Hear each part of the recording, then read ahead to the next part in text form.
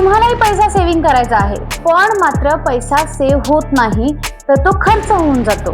आणि सेव्हिंग म्हणजेच इन्व्हेस्टिंग का? तर अजिबात नाही. सेव्हिंग आणि इन्व्हेस्टिंग या दोन्ही गोष्टी वेगवेगळ्या आहेत.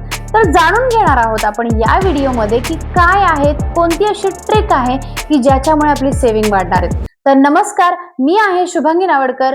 आपण बोलतो पर्सनल फायनान्स बद्दल, मनी मॅनेजमेंट बद्दल, मनी माइंडसेट बद्दल, how to grow and how to invest या सर्व गोष्टी आपण जाणून घेणार आहोत ज्या पर्सनल फायनान्सशी निगडीत आहेत.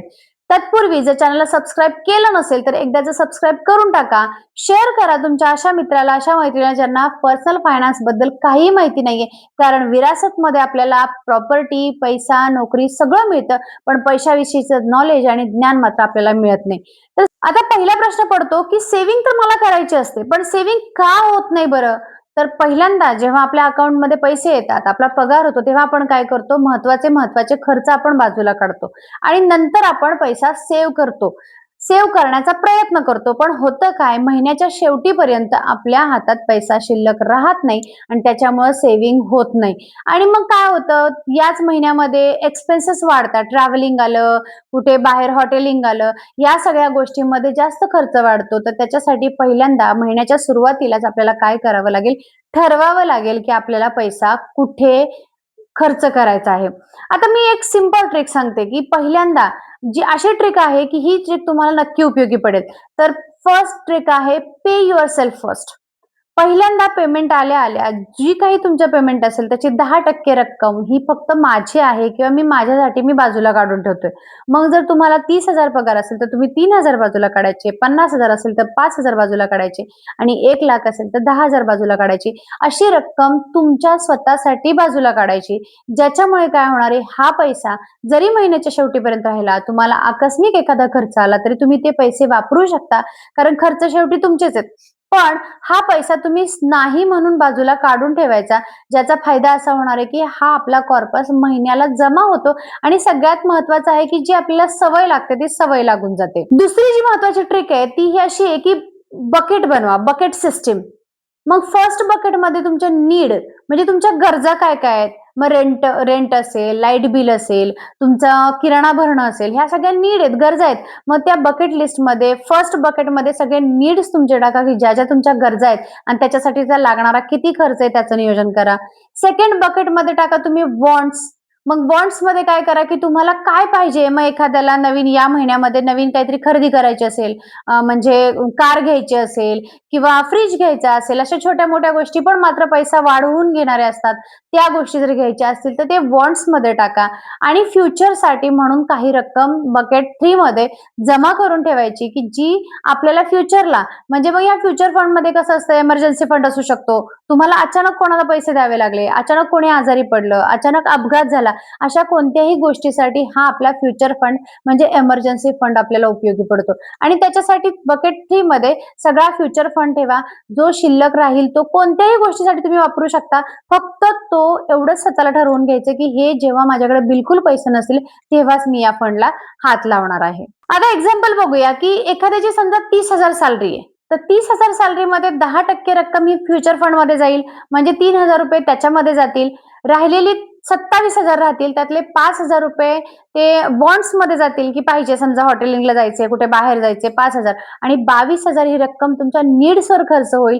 जेणेकरून तुम्हाला जो काही तुमच्या महिन्याचा हिशोब असेल, महिन्याचा खर्च असेल, तो तुम्हाला त्या 22,000 मध्येच भागवायचा आहे आणि असा विचार करूनच तुम्ही खर्च करणार आहात. मग आपण डीमार्टला, मॉलला गेलो की सहजरित्या खरेदी करतो. खूप मोठी जास्त शॉपिंग आपण अशा ठिकाणी करतो, डीमार्ट सारख्या, मॉल सारख्या ठिकाणी. कारण आवश्यकता नसताना फक्त आपल्याला एखादी गोष्ट समोर दिसते म्हणून आपण ती खरेदी करतो आणि लागेल, स्वस्तात मिळते म्हणून खरेदी करतो. तर असं न करता जर तुम्ही ठराविक रक्कम ती तेवढी तुमच्यासाठी ठेवून घेतली तर मला असं वाटतं की तुम्ही ती तेवढाच खर्च कराल आणि तेवढीच ती रक्कम वापराल. आता नियोजन करूया 50,000 ज्यांची सॅलरी आहे त्यांच्यासाठी. सुरुवातीला 50,000 ज्यांची सॅलरी आहे त्याच्यातून ते 5,000 रुपये फ्युचर फंडसाठी ठेवतील. त्याच्यानंतर येणारी 11 ते 12,000 रक्कम ते फंडसाठी ठेवतील आणि राहिलेली रक्कम आहे ती ते नीडसाठी ठेवतील, म्हणजे घर खर्च, किराणा मालासाठी ठेवतील. 1,00,000 ज्यांची सॅलरी आहे त्यांच्यासाठी सुद्धा हाच फॉर्म्युला राहील. 10,000 हे त्यांच्या फ्युचर फंडमध्ये जातील आणि राहिलेले 20-70 करा, कसेही करा, तेवढी रक्कम तुम्ही काय करायची तुमच्या नीड्स आणि वॉन्ट्सवरती खर्च करायचे. आता सगळ्यात महत्त्वाची गोष्ट काय माहितीये का, की फक्त आपण 10%च रक्कम करायची आहे का? तर नाही. आपला जसं-जसं पेमेंट समजा वाढेल, तर तुम्ही 20% रक्कम जमा करून ठेवा. तुम्हाला असेल शक्य तर तुम्ही जास्तीत जास्त रक्कम तुमच्या जबाबदारीच्या अनुषंगाने करू शकता. म्हणजे तुमची जशी जबाबदारी वाढत जाईल. आता समजा 19-20 वर्षाचा मुलगा आहे. त्याला जॉब लागलेला आहे. त्याला समजा 50,000 सॅलरी आहे. तर त्याचा खर्च एवढा होणारच नाहीये ना. मग त्यावेळी तो जास्तीत जास्त रक्कम सेव्ह करून ठेवू शकतो आणि नंतर त्याच्या लायबिलिटीज वाढवू शकतो. म्हणजे काय, की बाबा खूप फॅन्सी राहणं, ह्या सगळ्या गोष्टी सुरुवातीच्या काळात गरजेच्या नसतात. त्यावेळी तो एकदम साधा राहील आणि जशा-जशा त्याच्या जबाबदाऱ्या वाढतील, तसा-तसा तो खर्च वाढत जाईल आणि इकडे सेव्हिंगची रक्कम थोडीफार कमी केली तरी चालणार आहे. पुढची जी महत्त्वाची ट्रिक आहे ती म्हणजे सेव्हिंग ऑटोमेशन. तुम्हाला काय करावं लागेल, की तुमचे जर पैसे तुम्हाला सेव्ह करायचे आहेत, तर तुम्हाला ते अकाउंट आहे ते ऑटोमेशनवर टाकावं लागेल. आता ऑटोमेशन करताना मग तुम्ही ते दुसऱ्या कुठल्यातरी अकाउंटला ट्रान्सफर करा. ही पण पद्धत चांगली आहे, की तुमच्या त्या अकाउंटला पैसे सेव्ह राहतील आणि शिवाय कसं होतं, की तुम्ही ऑटोमेशन केल्यानंतर तुमचे जर ऑटोमॅटिक पैसे कट होऊन गेले, तर तुम्ही त्या पैशाला हात लावत नाही आणि हा आपल्या ऑटोमेशनचा फायदा होतो. नंबर 8 ची जी ट्रिक आहे ती म्हणजे की तुम्हाला सुरुवातीपासूनच एमर्जन्सी फंड स्वतःसाठी कलेक्ट करून ठेवायचा आहे. म्हणजे समजा तुमचा 6 महिन्याचा जो कॉर्पस असतो, तुमचा तुमचा पगार 50,000 असेल, तर 6 30 असे 3,00,000 तुम्हाला एमर्जन्सी फंडमधून ठेवायचे आहेत. जेणेकरून समजा एखादा अपघात घडला, कुठलाही इन्सिडेंट झाला, समजा तुमची नोकरी अचानक गेली, तरी तुमचा 6 महिने तुम्ही व्यवस्थित तुमचं घर सर्व्हायव्ह करू शकता. अशा पद्धतीचं तुम्हाला सुरुवातीलाच एमर्जन्सी फंड बिल्ड करून ठेवायचं आहे आणि हे ऑप्शनल नाही. प्रत्येकाने स्वतःचा ॲट लीस्ट 3 महिन्याचा खर्च तरी एमर्जन्सी फंड म्हणून बाजूला ठेवायचा, जेणेकरून आपल्याला कोणतीही अचानक अडचण आली, तर आपण क्रेडिट कार्ड वापरत नाही. कारण क्रेडिट कार्डचं जे लोन असतं त्याला आपल्याला व्याजदर जास्त द्यावा लागतो आणि मग अशी रक्कम वापरली आपण एमर्जन्सी फंडमध्ये ठेवलेली, आपण वापरायची आणि पुन्हा ते एमर्जन्सी फंड तिथे पुन्हा पुन्हा त्याच्यामध्ये रिपे करून टाकायचं. म्हणजे जेणेकरून काय होईल, आपला पैसा जिथे आहे तिथे राहील आणि आपल्याला लोन घ्यावं लागणार नाही. लोन घ्यायला लागलं की आपल्याला काय होतं, बाकीच्या गोष्टी बऱ्याचशा वाढत जातात. त्याच्यामुळं निश्चितपणे पहिल्यांदा सुरुवातीला स्वतःचा कसाही फ्युचर रेडी फंड म्हणजे एमर्जन्सी फंड तयार करून ठेवायचा आहे सगळ्यांनी. आता सगळ्यात महत्त्वाची गोष्ट जसं की मी पहिल्यांदा बोलले, सेव्हिंग आणि इन्व्हेस्टिंग या दोन्ही गोष्टी एकच नाहीत. सेव्हिंग आणि इन्व्हेस्टिंगमध्ये फरक आहे. सेव्हिंग हा तुम्ही आत्ता पैसे तुम्ही साठवून ठेवू शकता आणि इन्व्हेस्टिंग म्हणजे तुम्हाला ते पैसे कुठेतरी इन्व्हेस्ट करावे लागतात. पण त्याला लॉक इन पिरियड असतो. तुम्हाला 2 वर्ष, 3 वर्ष, 5 वर्ष, 7 वर्ष, 8 वर्ष असे तुम्हाला पैसे त्याच्यामध्ये टाकावे लागतात. तरच तुम्हाला त्याचा फायदा होतो.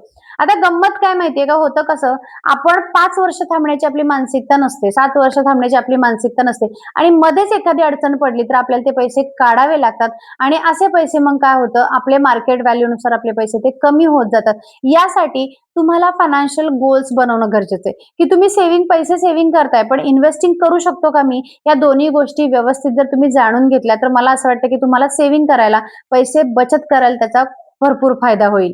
आता सगळ्यात महत्त्वाची गोष्ट, की सेव्हिंग आणि इन्व्हेस्टिंग मधला सगळ्यात मोठा बेसिक फरक काय माहितीये का, की जेव्हा तुम्ही सेव्हिंग करता ना, तेव्हा तुमचा पैसा सुरक्षित राहतो.